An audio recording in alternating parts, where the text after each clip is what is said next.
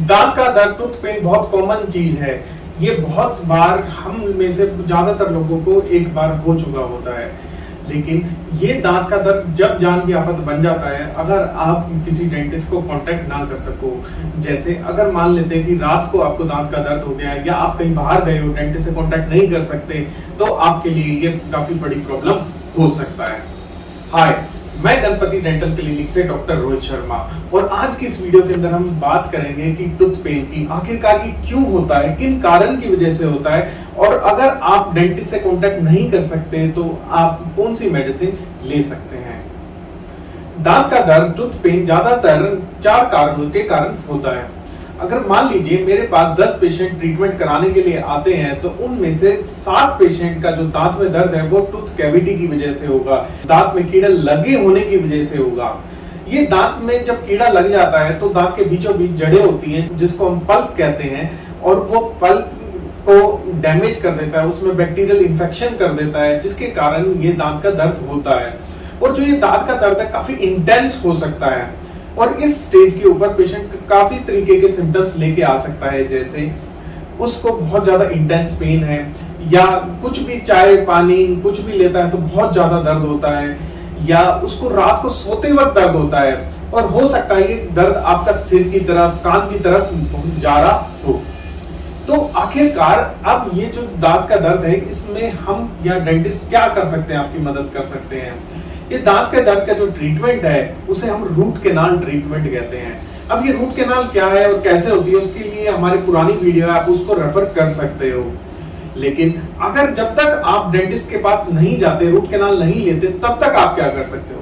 तो आप सबसे पहले अपने घर के अंदर लौंग हो आपके पास, या लौंग पिसी हुई हो, या लौंग का तेल हो, तो उसको आप दांत के अंदर लगा लीजिए। सिर्फ लौंग ही है घर के अंदर जो आपकी सबसे इमीडिएटली मदद कर सकती है।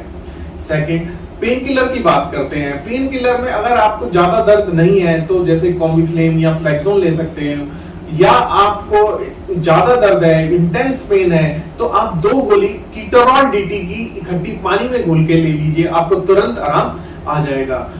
और आप एंटीबायोटिक का भी कोर्स कर सकते हो, जैसे ऑगमेंटिन या अमोक्सिसिलिन 500।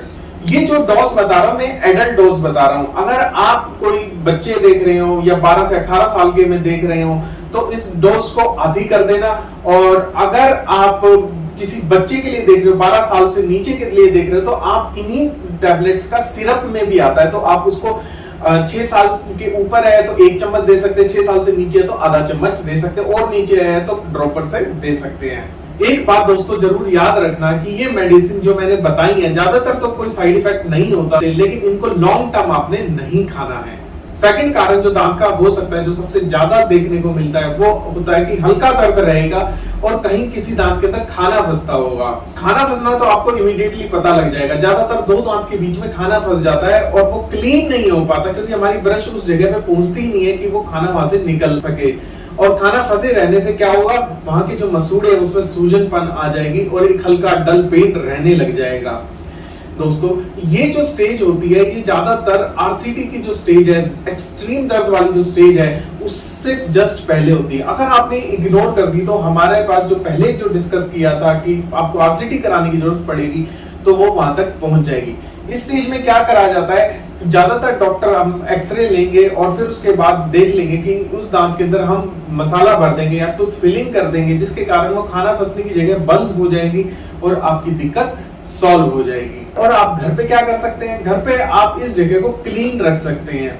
एक इंटरडेंटल ब्रशेस आती हैं या फ्लॉस आता है, आपको इजीली मार्केट से मिल जाएगा, और आप उस जगह को क्लीन रखिए, तभी आपकी ये दिक्कत सॉल्व हो सकती है। लेकिन ये जो चीज है ये परमानेंट सॉल्यूशन नहीं है। आपने खाना तो निकाल लिया वहां से, लेकिन जो कीड़ा लगा हुआ था वो धीरे धीरे धीरे वो जड़ों तक पहुंच रहा है दांत की, जो आगे चल के आरसीटी में तब्दील हो जाएगा। तो उसको अगर रोकना है तो आपको डेंटिस्ट के पास जाकर इसको टूथ फिलिंग करानी पड़ेगी। नेक्स्ट जो बड़ा कारण हो सकता है दांत के दर्द का, वो होता है अक्कल दाढ़ का निकलना। हमारी जो अक्कल दाढ़ है वो 18 साल के बाद निकलती है, और इस तरीके का पेन आपको ज्यादातर 18 से 35 साल के बीच में ज्यादातर देखने को मिलता है। अब ये आखिरकार होता क्यों है दर्द अक्कल दाढ़ का? वो इसलिए होता है हमारी हड्डी के अंदर अक्कल दाढ़ को अकोमोडेट करने के लिए उसकी जगह नहीं है होती, तो वो टेढ़ा मेढ़ा निकलता है। जब टेढ़ा निकलता है तो वो पूरा कंप्लीटली भी नहीं निकल पाता, जो और उसके ऊपर का जो मसूड़ा है उसके नीचे खाना फंस के एक पॉकेट बन जाती है, जिसके कारण सूजन आ जाती है, जिसको हम अपनी भाषा में पेरिकोरोनाइटिस भी